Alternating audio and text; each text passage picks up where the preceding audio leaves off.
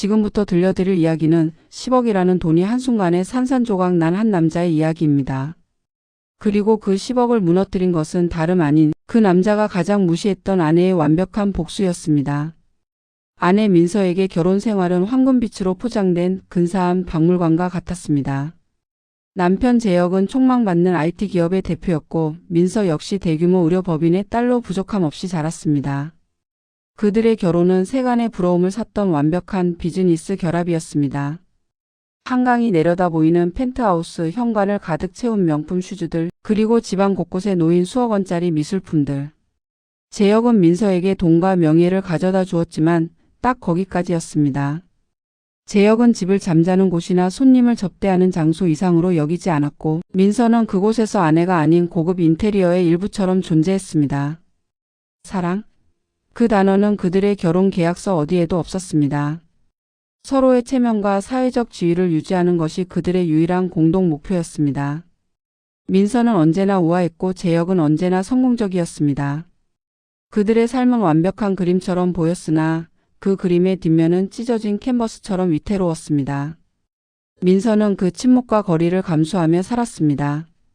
이 정도의 물질적인 풍요를 누리기 위해서는 이 정도의 감정적 대가는 치러야 한다고 스스로를 납득시켰습니다.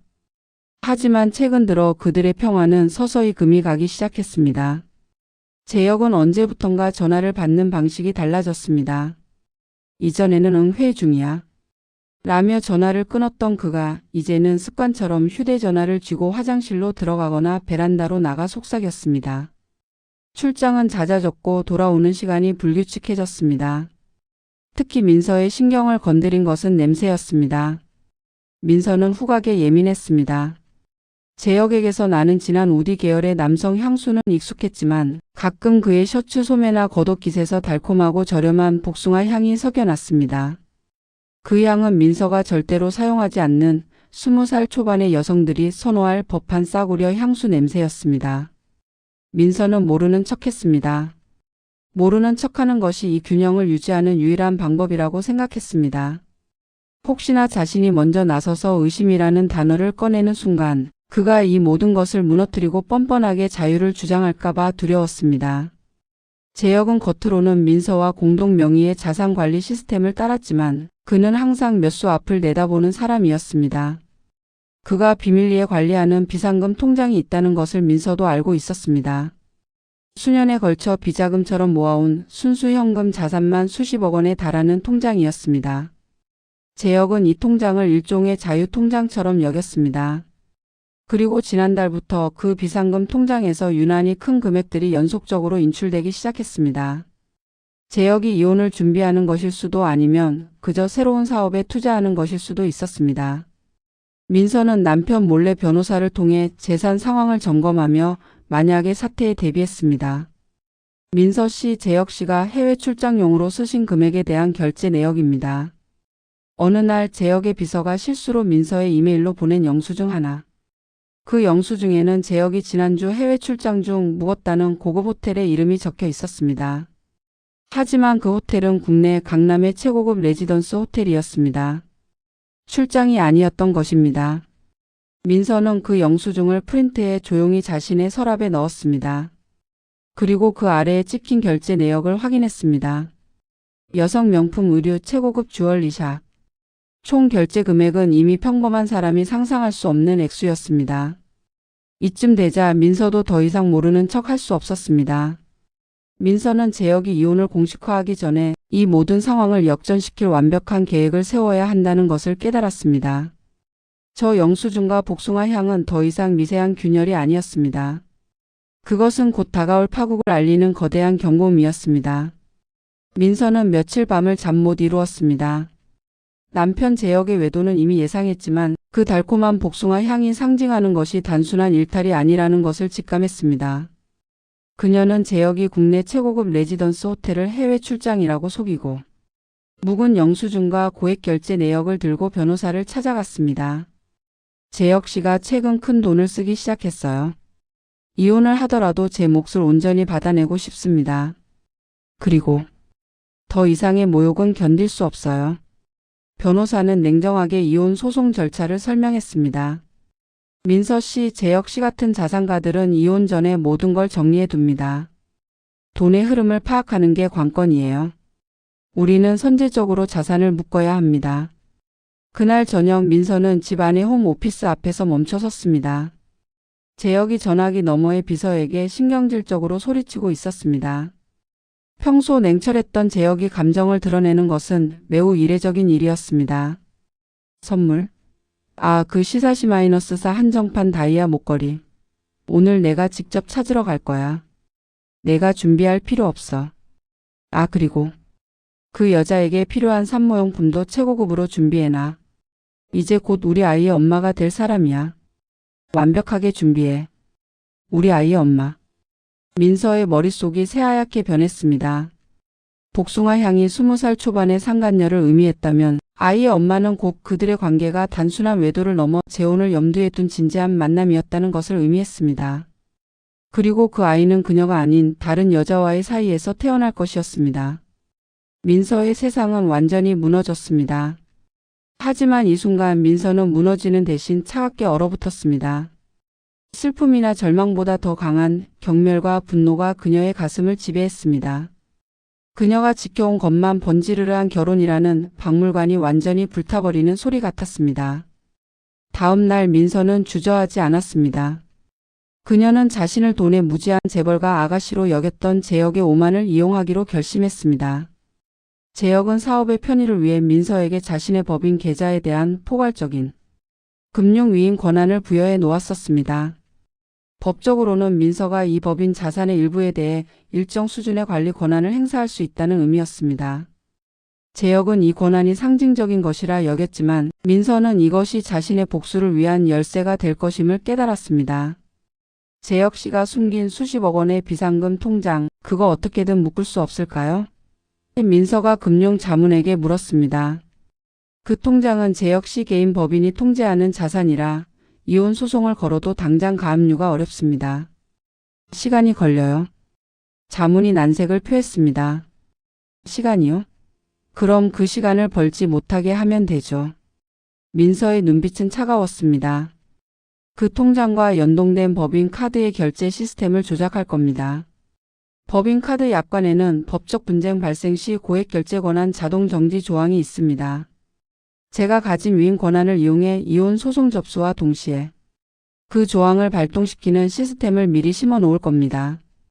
즉 민서의 계획은 이혼 소송이 접수되는 법적 타이밍을 이용해 재혁이 가장 큰 금액을 쓰려는 결제의 타이밍을 정확히 덮쳐서 그가 가장 안전하다고 믿었던 비상금 통장의 돈을 사용하지 못하도록 만드는 것이었습니다. 재혁은 이혼 서류가 날아오면 콧방귀를 낄 것이 뻔했습니다. 그는 민서가 자산 상황을 제대로 파악하지 못할 것이며 변호사를 고용하더라도 소송에 몇 달이 걸릴 것이라고 확신할 것이었습니다. 그 몇 달 동안 그는 비상금 통장의 돈으로 모든 것을 해결하고 공동자산을 최대한 빼돌릴 계산을 하고 있을 것입니다.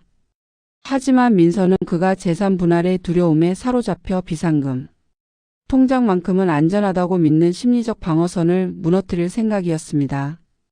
민서는 이혼 서류 발송 시각을 재혁이 상간녀와 함께 명품관에 들어서는 순간으로 정확히 맞췄습니다. 그녀의 목표는 단지 돈을 묶는 것이 아니었습니다. 10억 원이라는 남편이 상간녀에게 바치는 가장 값비싼 선물을 결제하려던 바로 그 순간에 남편의 모든 힘과 권위가 카드 한도 초과라는 세 글자에 의해 공공연히 무너지는 치욕을 선사하는 것이었습니다. 민서는 펜트하우스 창가에 서서 재혁에게 마지막으로 남길 메시지를 속으로 되뇌었습니다. 당신은 나에게 10억 이상의 고통을 줬어. 이제 그 고통만큼 당신이 가장 아끼는 돈으로 돌려줄 차례야. 이혼 서류를 받은 지 1분 만에 당신은 모든 것을 잃게 될 거야. 드디어 그날이 왔습니다. 재혁은 아내가 보낸 이혼 서류를 받고 비웃었습니다. 겨우 1분 늦었군. 그리고 상간녀의 임신 축하 선물로 10억 원을 쓰기 위해 명품관으로 향하는데. 하지만 그가 결제 버튼을 누르는 순간 아내의 복수가 시작됩니다. 다음 장 3장에서 계속. 민서가 모든 준비를 마치고 변호사에게 발송을 지시한 그날. 오후 재혁은 자신의 오만함이 만들어낸 달콤한 승리에 취해 있었습니다. 그는 이미 상간녀 지수와 함께 강남 청담동의 최고급 명품 거리로 향하는 리무진에 올라탄 상태였습니다. 오늘 지수에게 줄 선물의 금액은 민서가 예측했던 대로 정확히 10억 원에 육박했습니다. 재혁은 휴대전화로 법인 비서가 보낸 메시지를 확인했습니다. 제목 변호사 5호 측에서 보낸 이혼 소송 서류 접수 통보. 재혁은 피식 웃으며 메시지를 삭제했습니다. 겨우 이걸 보내는군. 멍청한 여자. 이혼 소송이 접수되면 뭐하나? 공동 자산은 묶일지 몰라도 이미 내 비상금 통장은 안전해. 그 여자가 이혼 서류를 보낸 건 적어도 일부는 늦은 판단이지. 그는 민서가 자신과 같은 금융 전문가들의 속도를 따라잡을 수 없다고 확신했습니다. 이혼 소송은 몇 달간 지루하게 이어질 것이고 그 사이에 자신은 비상금 통장의 돈으로 충분히 새로운 생활을 시작할 수 있었습니다. 민서의 이혼 통보는 오히려 그에게 새로운 인생을 시작할 자유를 공식적으로 허락해 준 셈이었습니다. 재혁은 옆에 앉은 지수의 손을 잡았습니다. 지수는 화려한 네일 아트가 돋보이는 손으로 재혁의 뺨을 쓰다듬었습니다. 오빠 이제 정말 끝난 거예요? 이제 나랑 우리 아기한테만 집중할 수 있는 거죠? 물론이지. 내가 받은 그 고통 내가 앞으로 평생 갚아줄 거야. 오늘 받을 선물은 그 시작에 불과해. 이제 펜트하우스의 안주인은 너야. 그들이 도착한 곳은 재혁의 VVIP 카드로만 입장이 허용되는 프라이빗 명품관이었습니다. 재혁은 오늘을 위해 특별 주문해 놓은 시사 다이아몬드 목걸이와 최고급 아기용품, 그리고 지수를 위한 명품백을 차례로 확인했습니다. 주얼리샵 매니저는 재혁을 VVIP로 극진히 모셨습니다. 목걸이의 영롱한 빛은 재혁의 눈을 멀게 했습니다. 그는 이 목걸이가 민서에게 주지 못한 사랑과 자신의 새로운 시작을 축복하는 승리의 증표라고 믿었습니다. 모두 포장해 주세요. 결제는 한 번에 할 겁니다. 총 금액 확인해 주시고요. 매니저는 공손하게 영수증을 내밀었습니다. 영수증에 찍힌 금액은 9억 8천만 원. 곧 10억 원이었습니다. 재혁은 금액을 확인하며 지수에게 우쭐한 눈빛을 보냈습니다. 지수는 이미 목걸이 상자에서 눈을 떼지 못하고 있었습니다. 바로 그때 민서의 변호사는 이미 재혁의 회사 팩스 수신 여부를 확인하고 다음 단계, 즉 금융 시스템에 미리 심어둔 자동 잠금 명령을 최종적으로 실행했습니다. 이 명령은 민서가 부여받았던 금융위임 권한을 이용해 이혼 소송 접수라는 법적 분쟁 상황을 트리거로 삼아 재혁이 사용하는 주요 법인 카드에 대한 고액 결제 승인 권한을 즉시 정지시키는 것이었습니다. 이 카드는 재혁의 비밀 비상금 통장과 연동되어 있었기 때문에 카드가 정지되는 순간 통장에 돈도 묶이는 것과 마찬가지였습니다. 재혁은 이 사실을 전혀 몰랐습니다. 그는 자신이 이혼 서류를 받은 지 1분 만에 이 세상에서 가장 자유롭고 가장 부유하며 가장 성공적인 남자라고 믿어 의심치 않았습니다. 재혁은 매니저에게 자신의 블랙법인 카드를 건넸습니다. 매니저는 공손히 카드를 받아들고 포스기에 삽입했습니다. 9억 8천만 원이라는 금액이 화면에 선명하게 떠올랐습니다. 재혁은 이 모든 것을 지수에게 자랑하고 싶었습니다. 결제 부탁드립니다. 매니저는 결제 버튼을 누르는 순간 얼굴에서 미소가 사라졌습니다. 포스기 화면에는 알 수 없는 에러 코드와 함께 승인 불가 메시지가 떴습니다. 매니저는 카드를 다시 긁어보고 다시 시도해 보았습니다. 하지만 결과는 똑같았습니다. 재혁은 조금씩 당황하기 시작했습니다. 단순한 오류일 거라고 생각했습니다. 포스기 화면에 연달아 승인 불가 메시지가 뜨자 재혁의 얼굴에서 오만함이 사라지고 짜증이 쏟아올랐습니다. 10억 원 상당의 명품 선물 앞에서 이런 일이 벌어지는 것은 그의 VVIP 체면을 깎아내리는 최악의 상황이었습니다. 뭐 하는 겁니까 지금? 카드를 다시 긁어봐요. 내가 이 카드를 얼마나 쓰는 줄 알고 이러는 겁니까? 단순한 시스템 오류겠지. 빨리 처리해요. 매니저는 카드를 포스기에서 빼내 재혁에게 돌려주지 않고 정중하지만 단호한 표정으로 그를 마주 보았습니다. 매장 안의 다른 직원들과 옆에 서 있던 상간녀 지수까지 모든 시선이 그들에게 집중되었습니다. 죄송합니다, 고객님. 단순 오류가 아닌 것으로 보입니다. 시스템의 확인 결과 고객님께서 현재 사용하시려는 카드는 재혁은 매니저가 우물쭈물하는 것이 못마땅했습니다. 그는 손을 내밀어 카드를 낚아채려 했습니다. 말 똑바로 해요. 무슨 일인데? 매니저는 한치의 망설임도 없이 재혁의 얼굴을 똑바로 바라보며 매장 전체가 울릴 만큼 명료하게 선고했습니다. 고객님, 카드가 해지됐습니다.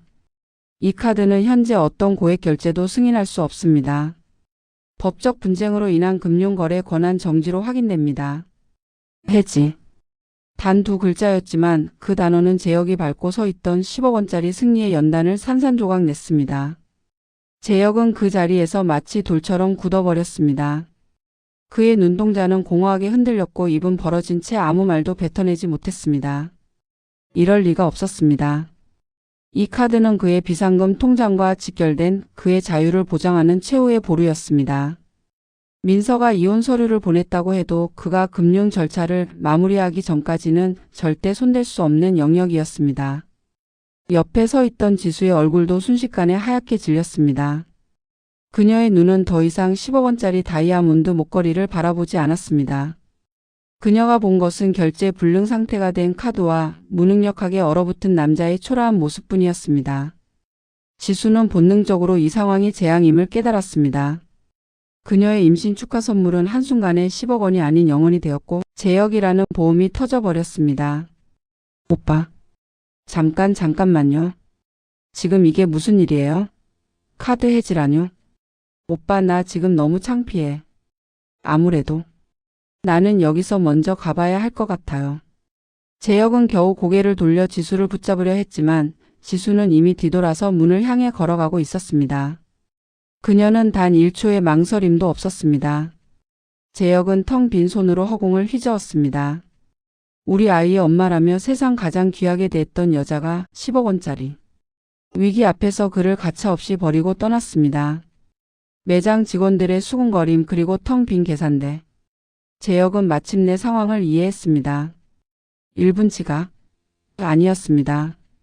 민서가 이혼 서류를 보낸 것은 카운트다운의 시작이었습니다. 그녀는 재혁이 가장 돈을 쓰는 순간에 맞춰 그가 가장 방심하는 비상금 통장의 입구를 법적으로 막아버린 것이었습니다. 재혁의 모든 자산 관리가 법적 분쟁이라는 단어 하나에 붕괴되도록 설계된 민서의 치밀하고 완벽한 복수였습니다. 재혁은 자신이 평생 경멸하고 무시했던 아내에게 가장 중요한 순간에 가장 치명적인 일격을 당했다는 사실에 몸을 떨었습니다. 그는 10억 원짜리 망신 앞에서 모든 것을 잃은 채 홀로 서 있었습니다. 상간녀 지수가 뒤도 돌아보지 않고 매장을 떠난 후에도 재혁은 한동안 계산대 앞에 서 있었습니다. 매니저는 정중하게 카드를 돌려주었고 재혁은 9억 8천만 원짜리 다이아몬드 목걸이와 아기용품을 뒤로 한 채 텅 빈 손으로 그곳을 빠져나왔습니다. 매장 직원들의 수군거리는 시선은 그의 등에 비수처럼 꽂혔습니다. 리무진에 올라탄 재혁의 손은 땀으로 축축했습니다. 그는 떨리는 손으로 자신의 VVIP 카드 발급 담당 은행 프라이빗뱅 커피비에게 전화를 걸었습니다. 김PB, 당장 확인해. 내 카드가 지금 왜 해지된 거야? 무슨 일이야? 내 통장 잔고는 충분했어. 죄송합니다, 재혁 대표님. 방금 시스템을 확인했습니다만 법인카드에 연결된 고액거래 권한이 법적 분쟁으로 인한 일시 정지 상태로 전환되었습니다. 저희 은행도 방금 통보를 받았습니다. 법적 분쟁? 그게 무슨... 이혼 서류 때문인가? 하지만 공동자산 말고는 손댈 수 없잖아. 재혁은 분노에 가득 차 휴대전화를 리무진 시트에 내던졌습니다. 공동자산은 이혼 소송으로 인해 묶일 수 있다는 것은 알고 있었지만 그가 민서 몰래 따로 관리하던 비상금 통장만큼은 완벽하게 안전하다고 믿었습니다. 민서는 재산 구조를 전혀 모른다고 확신했기 때문입니다. 재혁은 곧바로 노트북을 열어보안 시스템이 완벽하다고 믿었던 그 비상금 통장의 온라인 뱅킹에 접속했습니다. 로그인이 되는 순간 그의 심장이 쿵 내려앉았습니다. 계좌 잔액은 여전히 수십억 원이 찍혀 있었습니다. 하지만 그 아래에 작은 경고 문구가 섬뜩하게 빛나고 있었습니다. 법적 분쟁으로 인한 고액 인출 및 이체 기능 정지. 모든 자산 이동 권한은 위임된 대리인의 신청에 의해 일시적으로 동결되었습니다. 위임된 대리인의 신청. 재혁은 그제야 민서의 복수가 단순한 이혼 통보가 아니었음을 깨달았습니다. 민서가 과거에 자신에게 받은 금융 위임 권한을 활용하여 이혼 소송이 접수되는 트리거에 맞춰 이 비상금 통장의 핵심 기능, 즉 돈을 사용할 수 있는 권한 자체를 빼앗아 버린 것입니다. 돈이 눈앞에 있지만 손댈 수 없는 황금 감옥에 갇힌 것입니다. 재혁은 민서에게 자신이 사업의 편의를 위해 넘겨준 위임장에 이토록 치명적인 조항이 숨겨져 있을 것이라고는 상상조차 하지 못했습니다. 그의 오만함이 만들어낸 금융 시스템의 허점이 이제 그를 목 졸랐습니다. 재혁이 혼란 속에서 자신의 변호사에게 전화를 걸어 민서의 행동이 불법이라고 소리치는 동안 상간녀 지수에게서 짧은 문자 메시지가 도착했습니다. 오빠 미안해요. 나는 돈 없는 남자한테서 태어날 아기를 키울 수 없어요. 우리 아기 위해서라도 오빠랑은 정리해야 할 것 같아요. 축하 선물 잘 받았다고 생각할게요. 연락하지 마세요. 축하 선물 잘 받았다고 생각할게요. 그 문장에는 10억 원짜리 망신을 당하게 한 재혁에 대한 조롱과 냉소가 가득했습니다.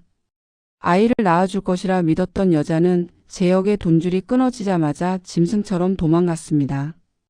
재혁은 분노와 절망 속에서 몸부림쳤습니다. 10억 원을 쓰려다 해지된 카드, 손댈 수 없는 비상금 통장, 그리고 그를 떠난 상간녀. 이 모든 것이 이혼 서류를 받은 지 1분 만에 벌어진 일이었습니다. 그는 민서가 자신을 돈만 아는 무지한 여자로 속이면서 자신에게 복수할 수 있는 가장 강력한 무기를 손에 넣었음을 깨달았습니다. 그의 자존심과 사랑, 그리고 돈, 이 세 가지 모두가 민서의 완벽한 계획에 의해 한순간에 파괴되었습니다. 민서, 내가 어떻게? 내가 너에게 준 돈으로 나를 무너뜨려? 재혁은 펜트하우스로 돌아왔지만 그곳은 이제 황금빛 감옥이 아닌 차가운 빈집이었습니다. 민서의 짐은 이미 사라진 후였습니다. 재혁의 10억짜리 망신 사건은 그가 아무리 막으려 해도 이미 명품관과 비즈니스 세계에 소문처럼 퍼져나가고 있었습니다. IT 기업 대표, 최고급 명품 구매하려다 카드해지 굴욕이라는 가십은 그의 명성에 치명타를 입혔습니다. 그리고 며칠 후 그와 민서는 서울가정법원에서 이혼 소송의 첫 공판에서 재회했습니다. 재혁은 초췌해진 얼굴이었습니다. 급히 고용한 변호사는 민서의 고액 결제 권한 정지가 과도한 조치였다고 주장하며 묶여버린 비상금 통장의 자금을 해제해달라고 법원에 요청했습니다. 재판장님, 원고 민서의 대리인이 행사한 금융 권한 정지 조치는 피고 재혁의 정당한 재산권 행사를 방해하는 위법한 행위입니다. 이혼 소송이 진행되는 중에도 피고는 사업을 영위해야 할 책임이 있습니다. 재혁은 민서를 증오에 찬 눈빛으로 바라봤습니다. 그는 민서가 자신에게 복수하기 위해 감히 자신의 가장 신성한 자산에 손을 댔다고 믿었습니다. 그는 민서가 자신에게 패배할 것이라 확신했습니다. 그는 아직도 민서를 예전의 순종적인 아내로 착각하고 있었습니다. 하지만 민서의 변호사가 자리에서 일어나자 법정의 공기가 바뀌었습니다. 민서의 변호사는 차분하게 준비된 증거들을 제시했습니다. 재판장님, 피고 재혁 씨의 변호인은 이 사안을 단순한 재산권 분쟁으로 몰아가고 있습니다. 하지만 본 사건의 핵심은 피고의 부정행위와 그 부정행위의 법인, 자산을 횡령에 가깝게 사용하려 한 재정적 불성실함입니다. 민서의 변호사는 준비된 태블릿을 재판부에 제시했습니다. 그 안에는 재혁이 상간녀와 묵었던 강남 레지던스 호텔의 예약 기록, 비서에게 지시했던 다이아몬드 목걸이 구매 내역, 그리고 결정적으로 상간녀가 재혁에게 보냈던 임신 관련 메시지들이 담겨 있었습니다. 민서는 남편의 휴대전화가 보안이 취약한 업무용 태블릿과 연동되어 있다는 사실까지 파악하여 이미 모든 증거를 안전하게 확보해 둔 상태였습니다. 피고는 원고가 이혼 서류를 제출한 시각, 상간녀의 임신 축하 선물로 약 10억 원 상당의 사치품을 결제하려 했습니다. 그리고 이 모든 행위에 사용된 자금은 피고가 원고의 위임, 권한을 무시하고 은닉하려 했던 비상금 통장에서 출금될 예정이었습니다. 변호사는 덧붙였습니다. 민서가 행사한 금융거래 권한 정지는 재혁 스스로가 민서에게 부여한 금융위임 권한 내에서 합법적으로 이루어진 것이며 이는 재산이 부당하게 유출되는 것을 막는 정당 방위였다는 점을 강조했습니다. 민서 측 변호사가 제시한 증거 앞에서 재혁은 완전히 무너졌습니다. 그는 호텔 영수증과 상간녀의 문자까지 아내의 손에 들어갔다는 사실에 충격을 받았습니다. 그가 숨긴 모든 치부가 백일하에 드러난 것입니다. 판사는 엄중한 목소리로 재혁에게 질문했습니다. 피고 재혁 씨, 원고 측이 제시한 부정행위 및 자산 유출 시도에 대한 증거에 대해 이해 있습니까? 재혁은 고개를 들지 못했습니다. 그의 변호사는 얼굴이 사색이 되어 대신 낮은 목소리로 대답했습니다. 드릴 말씀이 없습니다, 재판장님. 법원은 곧바로 판결의 방향을 제시했습니다. 재혁의 명백한 유책 사유와 더불어 고액의 자산을 부정하게 사용하려 한 재정적 불성실함은 이혼 소송에 매우 불리하게 작용했습니다. 결국 법원은 재혁에게 최대치의 위자료와 더불어 공동 자산 분할 비율을 민서에게 훨씬 유리하게 적용할 것을 명령했습니다. 재혁이 그토록 지키려 했던 비상금 통장의 자금까지 민서의 몫으로 상당 부분 인정되었습니다. 재혁은 10억 원을 쓰려다 그 돈마저 잃게 된 것입니다. 패소 후 재혁은 법정 복도에서 민서와 마주쳤습니다. 민서는 예전처럼 수동적인 눈빛이 아닌 모든 것을 초월한 듯한 차갑고 단단한 눈빛으로 그를 바라봤습니다. 당신의 오만함이 만들어낸 결과야, 재혁 씨. 당신은 평생 당신이 가장 무시했던 사람에게서 가장 큰 대가를 치르게 될 거야. 재혁은 완전히 빈털터리가 되었습니다. 돈은 물론 대기업 대표로서의 명예와 사회적 지위까지 무너졌습니다. 그의 몰락은 이제 돌이킬 수 없는 현실이 되었습니다. 이혼 소송에서 패소한 것은 재혁에게 단순한 재산 손실 이상의 의미였습니다. 법원에서 그의 부정행위와 자산 은닉 시도가 공식적으로 인정되면서 그의 명성은 땅에 떨어졌습니다. 재혁은 IT 업계에서 젊고 유능한 리더로 통했지만 이제 그는 재산을 빼돌리려다 아내에게 금융 권한을 빼앗긴 부도덕한 사업가로 낙인 찍혔습니다. 가장 치명적인 문제는 신용의 붕괴였습니다. 그의 사업은 고액 결제 권한이 정지된 순간부터 이미 흔들리기 시작했습니다. 그의 비상금 통장은 사업의 리스크 완충지대 역할을 했었는데 그 돈이 묶이고 이혼 소송 과정에서 자산이 대거 유출되면서 회사의 현금 흐름에 빨간불이 켜졌습니다. 대출권은 어떻게 됐어?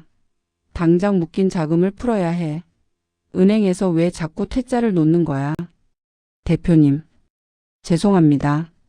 주거래 은행 측에서 대표님의 개인적인 재정 불확실성을 이유로 대출 심사를 잠정 보류했습니다. 법인 자금 동결 기록과 이혼 소송에서 패소한 기록이 개인 신용평가에 영향을 주었습니다. 재혁은 소리를 질렀습니다. 그는 카드가 해지된 10억 원짜리 망신이 단순히 그날 하루의 치욕으로 끝날 것이라고 생각했습니다. 하지만 그 한 번의 해지 사건은 그의 모든 금융 신용을 갉아먹는 나비 효과를 불러일으켰습니다. 재혁의 몰락은 비즈니스 파트너들에게도 좋은 먹잇감이었습니다. 그들은 재혁이 흔들리는 틈을 타 투자를 회수하거나 그와의 계약을 파기했습니다.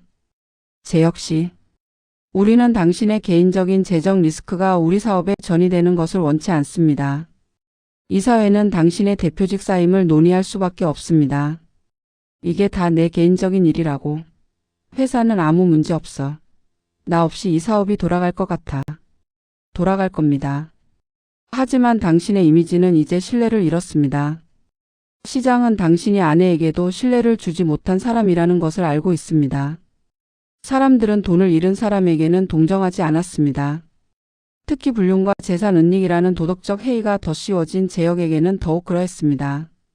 재혁의 주변에 남은 것은 아무것도 없었습니다.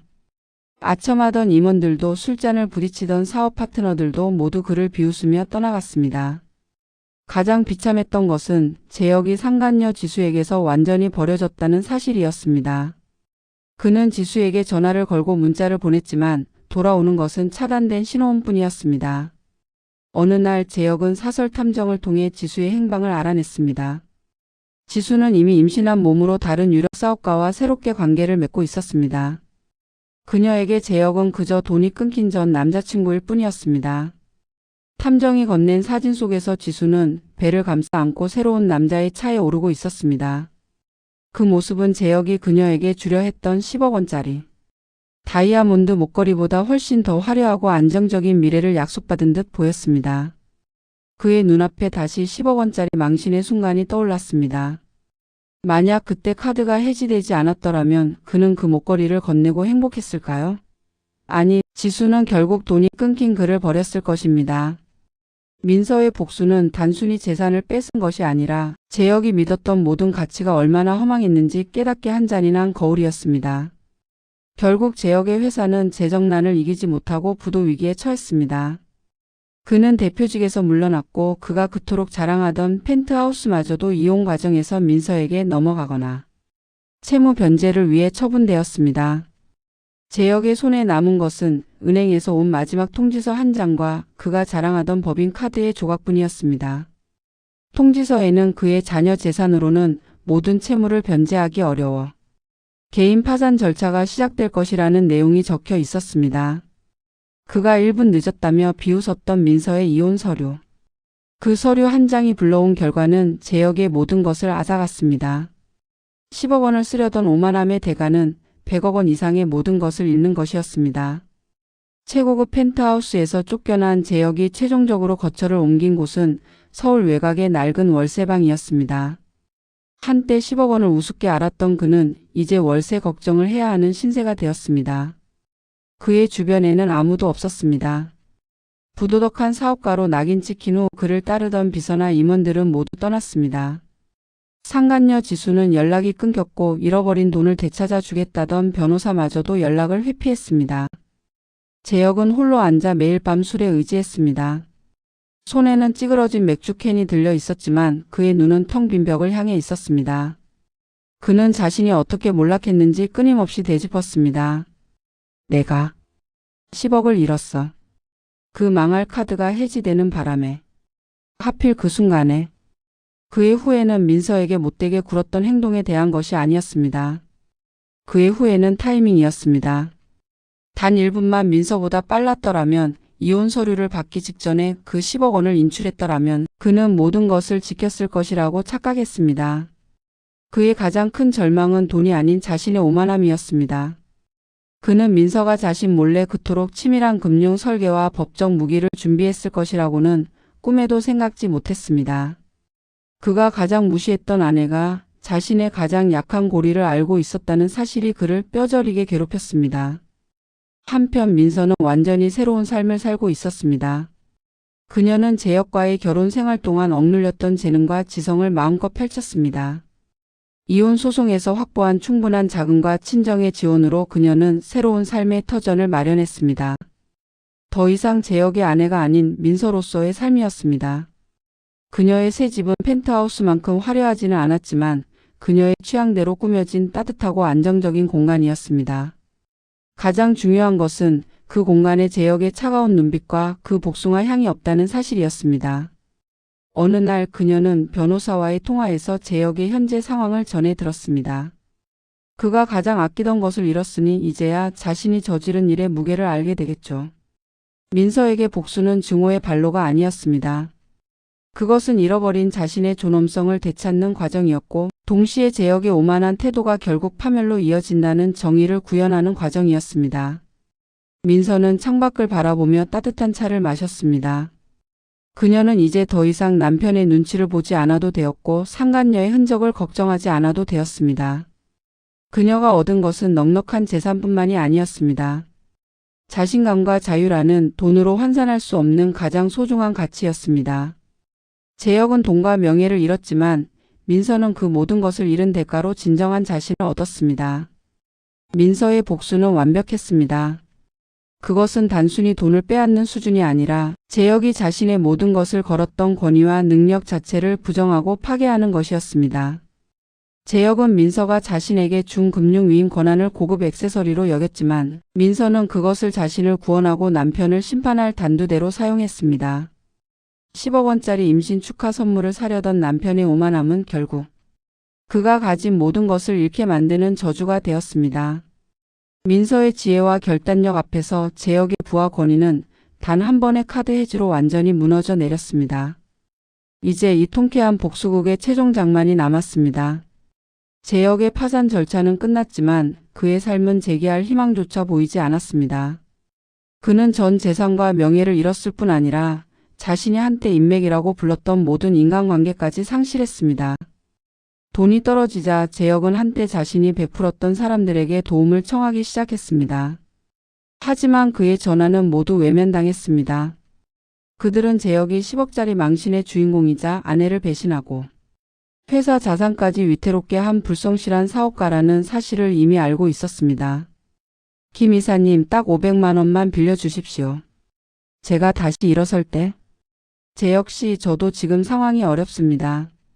그리고 저희도 투자자들 시선이 있어서요. 연락하지 말아주세요. 그가 부유했을 때 사람들은 그의 말 한마디에 웃었지만 그가 몰락하자 그 웃음은 조롱이 되어 돌아왔습니다. 재혁은 자신이 평생 돈과 권력으로 쌓아 올렸던 모든 관계가 단 한 장의 해지된 카드 앞에서 얼마나 허무하게 무너졌는지 비로소 깨달았습니다. 재혁은 가끔 인터넷 기사를 통해 상간녀 지수의 소식을 접했습니다. 그녀는 재혁에게서 떠난 지 얼마 되지 않아 새로운 남자의 곁에서 여전히 화려한 생활을 하고 있었습니다. 지수는 재혁에게 단 한순간의 죄책감도 느끼지 않았습니다. 그녀에게 재혁의 몰락은 그저 거래 실패에 불과했습니다. 재혁이 10억 원짜리 목걸이를 건네주려 했을 때 그녀가 보였던 탐욕스러운 눈빛과 카드가 해지되자마자 뒤돌아섰던 그 냉정한 뒷모습이 재혁의 악몽이 되었습니다. 민서의 복수가 자신에게 가했던 고통이 10이라면 지수의 배신은 그 고통을 100으로 증폭시켰습니다. 재혁은 결국 사랑이 아닌 돈을 쫓았고 돈이 사라지자 사랑도 사람도 모두 사라진 것을 인정할 수밖에 없었습니다. 재혁의 일상은 고통의 반복이었습니다. 그는 매번 편의점에서 담배나 소주 한 병을 계산할 때마다 극도의 불안감을 느꼈습니다. 5,000원짜리 결제를 시도할 때조차 그의 귀에는 고객님, 카드가 해지됐습니다. 라는 매니저의 차가운 목소리가 환청처럼 울려 퍼졌습니다. 그 트라우마는 재혁을 올가맨 무거운 족쇄가 되었습니다. 그가 가장 중요하게 여겼던 돈과 권위가 공공연한 장소에서 가장 비참하게 파괴되었던 그 순간의 기억은 그를 평생 따라다닐 것입니다. 그는 창밖을 내다보며 중얼거렸습니다. 차라리 감옥에 갔더라면, 차라리 빚만 남았더라면. 하지만 민서의 복수는 그에게 물질적인 고통이 아닌 심리적인 무력감이라는 영원한 형벌을 내린 것입니다. 시간은 모든 것을 해결해 주지 않습니다. 때로는 그 간극을 더욱 벌려놓기도 합니다. 이 통쾌한 복수극이 벌어진 지 10년이 흘렀습니다. 민서는 자신의 이름으로 우뚝 선 성공적인 법인 대표가 되었고 그녀의 삶은 조용하고 우아한 풍요로움으로 가득했습니다. 그녀는 이제 그 누구에게도 구애받지 않는 진정한 자유를 누리고 있었습니다. 반면 재혁은 10년이 지난 후에도 여전히 그날의 그림자에서 벗어나지 못했습니다. 그의 삶은 실패한 과거 속에 갇혀버렸습니다. 이혼과 파산으로 모든 것을 잃은 재혁은 10년이 지난 후에도 과거의 그늘에서 벗어나지 못했습니다. 그는 이제 서울 변두리 허름한 상가 건물의 작은 창고에서 자비를 하며 생계를 이어가고 있었습니다. 한때 수십 명의 직원을 거느리던 IT 기업의 대표였던 그의 손은 이제 무거운 짐을 나르는 거칠고 피폐한 노동자의 손이 되어 있었습니다. 그의 외모도 10년 전과는 완전히 달랐습니다. 고급 맞춤 수트를 입던 그는 낡고 해진 작업복 차림이었고 자신감으로 빛나던 눈빛은 공허함과 패배감으로 가득했습니다. 어느 날 저녁 재혁은 퇴근길에 사람들이 웅성거리는 새로운 건물을 지나쳤습니다. 그곳은 10년 전 그의 회사가 입주하려다 재정 문제로 놓쳤던 상징적인 고급 비즈니스 센터였습니다. 건물 현관 앞에는 황금빛 현판이 새로 걸려 있었습니다. 현판에는 깔끔하고 세련된 글씨로 이렇게 적혀 있었습니다. 대표이사 서민서. 재혁의 심장이 멎는 듯 했습니다. 서민서. 그의 전 아내였습니다. 그가 10년 전 10억을 들여 짓밟으려 했던 바로 그 여자였습니다. 민서는 재혁에게서 받은 자금과 자신의 지성을 바탕으로 투명하고 윤리적인 경영 컨설팅 회사를 세워 성공적으로 이끌고 있었습니다. 그녀는 재혁이 꿈꿨던 성공적인 사업가의 삶을 자신이 버린 펜트하우스가 아닌 이 도시의 가장 상징적인 건물에서 이루고 있었습니다. 재혁은 홀린 듯 건물 로비로 들어섰습니다. 그리고 그 순간 엘리베이터에서 나오는 민서와 마주쳤습니다. 10년의 세월은 민서를 더욱 우아하고 고고하게 만들었습니다. 최고급 의상을 입은 그녀는 완벽하게 관리된 모습이었습니다. 민서의 옆에는 비서와 수행원들이 그림자처럼 따르고 있었습니다. 재혁은 구석에 쪼그라들었습니다. 그는 자신의 초라한 모습이 민서의 빛나는 성공과 대비되는 것이 견딜 수 없었습니다. 하지만 민서는 그를 알아보지 못했습니다. 혹은 알아봤지만 모른 척 지나칠 만큼 그를 자신의 기억 속에서 완전히 지워버린 것처럼 보였습니다. 민서는 아무렇지 않게 재혁의 시선 위로 자신의 시선을 던지며 지나쳤습니다. 재혁은 절망감에 휩싸여 그녀의 뒷모습을 바라보았습니다. 민서, 나야. 내가 당신 남편이었어. 하지만 그 목소리는 웅장한 로비와 민서가 풍기는 성공의 아우라 속에서 힘없이 흩어졌습니다. 재혁은 그제야 깨달았습니다. 그가 잃어버린 것은 10억 원이 전부가 아니었습니다. 그는 신뢰를 잃었습니다. 아내와 사업 파트너에게. 그는 인간성을 잃었습니다. 상간녀에게서 버려지면서. 그는 미래를 잃었습니다. 파산과 명예 실추로. 그리고 가장 중요하게 그는 자신을 진심으로 대할 수 있는 민서라는 존재를 잃었습니다. 민서는 그에게 돈을 가져다 주는 도구가 아니었고 복숭아 향이 나는 값싼 사치품도 아니었습니다. 그녀는 재혁의 오만함을 통제하고 그의 인생을 정상 궤도로 이끌 수 있는 가장 강력한 조력자였습니다. 재혁이 10억짜리 선물을 상간녀에게 바치려 했을 때 민서는 자신의 지성을 이용해 그 남자가 가장 비참하게 몰락할 완벽한 시나리오를 완성했습니다. 그것은 단순히 돈을 빼앗는 복수가 아니라 응보였습니다. 한때 모든 것을 가졌던 남자는 10억 원을 쓰려던 그 순간의 오만함 때문에 모든 것을 잃고 폐허 속에 홀로 남았습니다. 반면 남편에게 철저히 무시당했던 아내는 그 오만함을 무기 삼아 진정한 성공과 자유를 쟁취했습니다. 고객님, 카드가 해지됐습니다. 이 한마디는 단순한 금융 오류가 아니었습니다. 그것은 한 남자의 탐욕과 오만으로 쌓아 올린 모든 탑이 무너지는 파멸의 선고였으며 한 여자가 자신의 존엄성을 회복하고 새로운 삶을 시작하는 승리의 팡파르였습니다.